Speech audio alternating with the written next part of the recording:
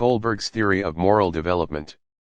Kohlberg's theory of moral development is a theory that focuses on how children develop morality and moral reasoning.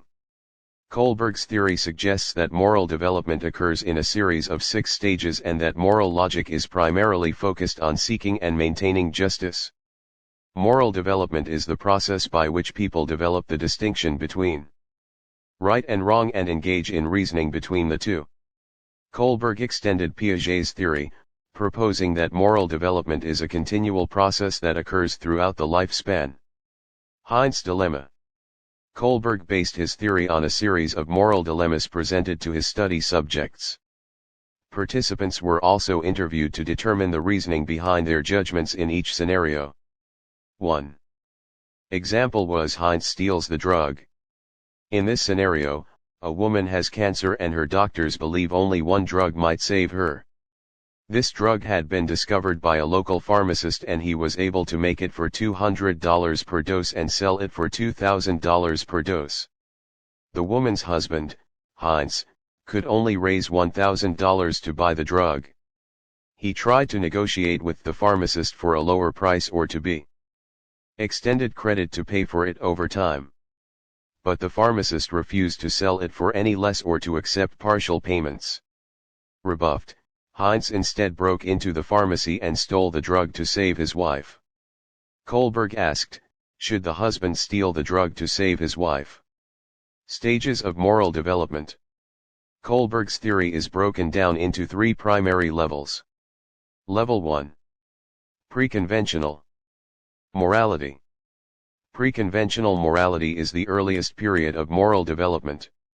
It lasts until around the age of 9. At this age, children's decisions are primarily shaped by the expectations of adults and the consequences of breaking the rules. Stage 1.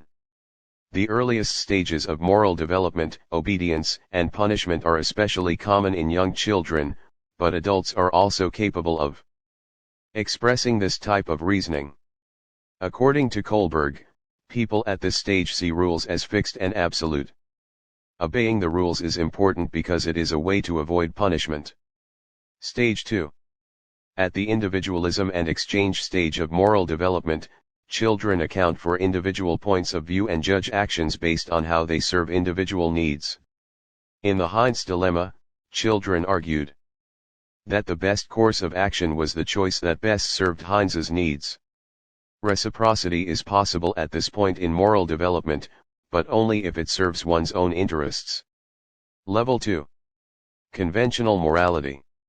The next period of moral development is marked by the acceptance of social rules regarding what is good and moral. During this time, adolescents and adults internalize the moral standards they have learned from their role models and from society. This period also focuses on the acceptance of authority and conforming to the norms of the group. Stage 3. Often referred to as the good boy good girl orientation, this stage of the interpersonal relationship of moral development is focused on living up to social expectations and roles. Point 6. There is an emphasis on conformity, being nice, and consideration of how choices influence relationships. Stage 4. This stage is focused on ensuring that social order is maintained. At this stage of moral development, people begin to consider society as a whole when making judgments. The focus is on maintaining law and order by following the rules, doing one's duty, and respecting authority. Level 3. Post-conventional morality.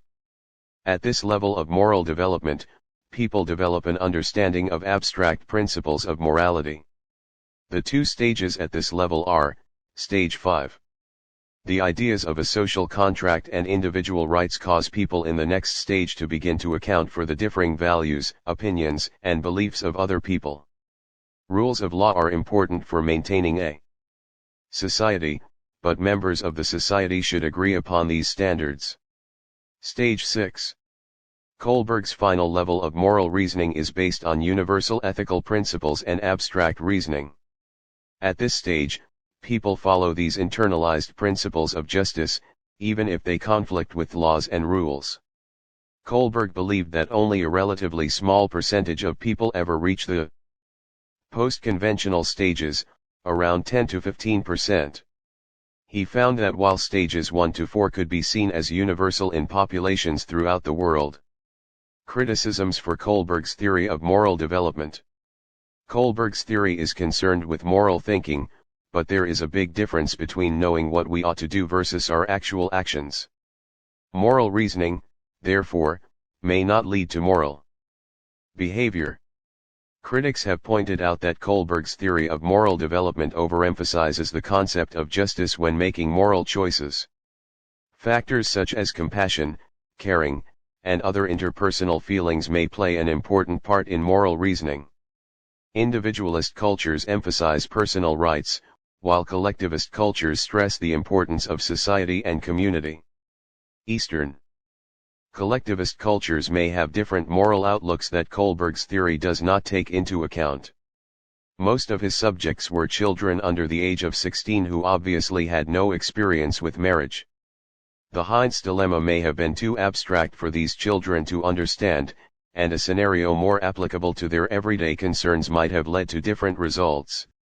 Kohlberg's critics, including Carol Gilligan, have suggested that Kohlberg's theory was gender-biased since all of the subjects in his sample were male.